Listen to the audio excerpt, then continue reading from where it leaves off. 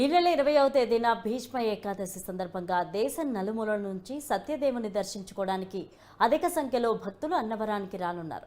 అయితే భక్తులకు ఎలాంటి ఇబ్బందులు లేకుండా అధికారులు అన్ని ఏర్పాట్లు చేశారు. భీష్మ ఏకాదశి రోజున అంతమంది భక్తులు రత్నగిరికి ఎందుకు వస్తారు?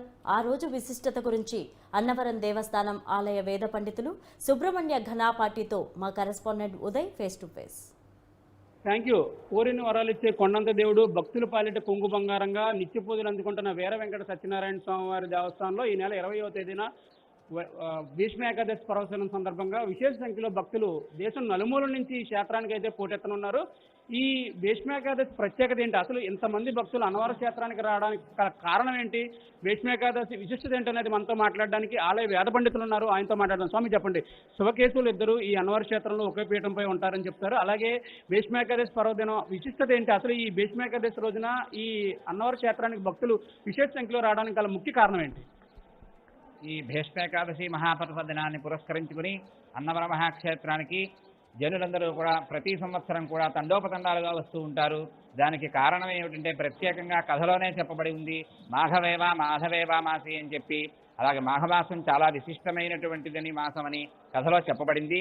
అలాగే ఏకాదశ్యాం పౌర్ణమాస్యాం వా సంక్రమణ దినే అని చెప్పి ఇలాంటి విశేషమైనటువంటి తిథులలో చేస్తే నాకు మరీ ప్రీతి అని శ్రీ మహావిష్ణువే ప్రత్యేకంగా ఈ స్వామివారి కథలో, సత్యనారాయణ స్వామివారి కథలో చెప్పబడడం జరిగింది.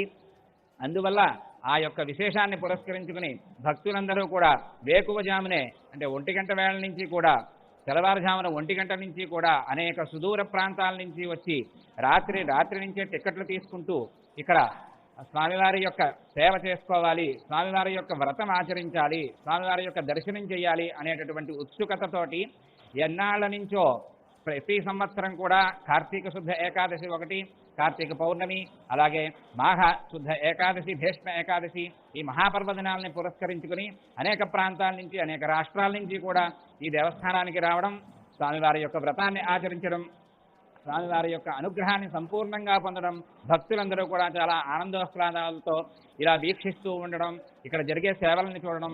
ఆవేళ మాఘశుద్ధ ఏకాదశి నాడు ఉదయమే తెల్లవారుజామున నుంచే వ్రతాలు ప్రారంభించబడతాయి.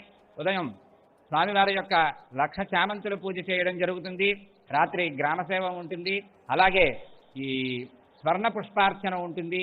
ఇవన్నీ కూడా భక్తులందరూ చేసుకుంటూ విశేషంగా అధిక సంఖ్యలో, లక్షల సంఖ్యలో వచ్చి స్వామివారిని దర్శించుకుంటారు.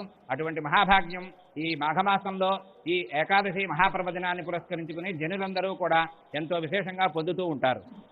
భీష్మ ఏకాదశి రోజున అన్నవరం దేవస్థానంలో సత్యదేవునికి 1,00,000 చామంతులతో అర్చన, అలాగే స్వర్ణ పుష్పార్చనతో పాటు గ్రామోత్సవం కూడా నిర్వహిస్తారని వేద పండితులు చెప్తున్నారు. మరోవైపు ఈ భీష్మ ఏకాదశి రోజున మహావిష్ణువుని కనుక పూజిస్తే సకల సంపదలు కలుగుతాయని, పాపాలన్నీ పోతాయని కూడా వేద పండితులు చెప్తున్నారు. ఈ భీష్మ ఏకాదశి రోజున ఈ ఆలయం తెల్లవారుజామున 1 గంటకే సర్వదర్శనాలు ప్రారంభమవుతాయి. వ్రతాలు కూడా అదే సమయంలో ప్రారంభమవుతాయని చెప్తున్నారు.